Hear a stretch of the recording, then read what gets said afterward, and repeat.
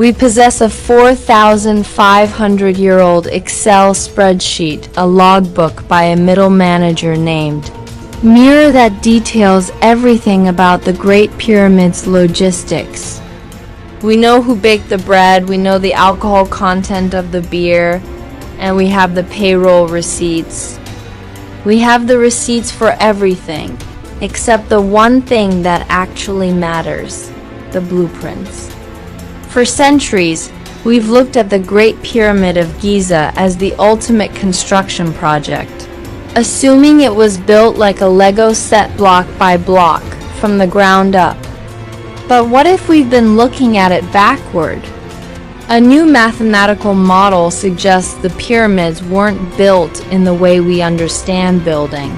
They were unbuilt. Let's start with the elephant in the room, the ramp problem. The classical explanation, the long, straight external ramp piece, statistically impossible. To maintain a grade shallow enough for human labor, about 7%, the ramp would need to extend over a mile into the desert. By the time you reach the top third of the pyramid, the volume of the ramp itself would exceed the volume of the pyramid. You would essentially be building a mountain to build a smaller mountain, only to tear the first mountain down without leaving a trace. It's a logistical absurdity.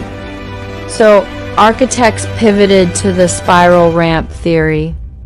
It's elegant. Wrap the ramp around the structure like a corkscrew. But this introduces a fatal flaw regarding precision. The Great Pyramid is aligned to true north with an accuracy that rivals modern laser theodolites. To achieve that, you need constant, unobstructed sightlines to the four corners and the base. If you wrap a thick earthen ramp around the exterior, you blind yourself. You lose the ability to measure the very geometry you are trying to perfect. You cannot build a perfect shape if you cover up your reference points. This is where the unbuilding theory or the volumetric overbuild hypothesis changes the paradigm. Instead of asking how did they lift the stones to the top, we should ask how did they create a platform stable enough to carve the top. The theory posits that the Egyptians didn't aim for a pyramid shape initially. They utilized the natural limestone bedrock and piled raw material into a massive, stepped trapezoid crude, flat-topped mountain much larger than the final pyramid. Here's the brilliance of this approach. It solves the apex problem. The hardest part of a pyramid isn't the base. It's the top. As you go higher, your workspace vanishes. But in an unbuilding scenario, you build a massive flat working deck at the peak height first. You have acres of space to maneuver heavy blocks. Once the core is set, you work downwards. You install the casing stones from the top down, shaving away the excess ramp material as you descend. You are essentially sculpting the pyramid out of a rough block, using the waste material as the ramp for the next layer down. This aligns with a terrifyingly efficient concept, the closed-loop construction system. We know the Egyptians were obsessive recyclers. If you treat the Giza Plateau not as three separate job sites, but as one continuous 80-year industrial engine, the math balances out. The waste material from carving down the Great Pyramid wasn't lost. It became the core fill for Khafar's pyramid. The debris from Khafar became the fill for Menkaure. They were cannibalizing the previous structure's scaffolding to feed the next one. Is there physical evidence? Look at the bonding stones. A comprehensive photographic survey of the casing stones reveals vertical seams or king stones running down the faces of the pyramids. These are stitching points. In masonry, you only need these stitch points if you are joining two independent sections of a wall together. This implies that different crews were working on different sections simultaneously, likely on a wide peripheral platform, stitching the facade together as they met.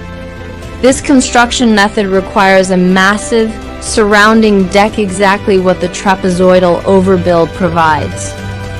Furthermore, consider the void found by Muon tomography in 2017. High-energy particle scans revealed a massive empty space above the Grand Gallery. Critics of the internal ramp theory say there is no spiral pattern in the scan.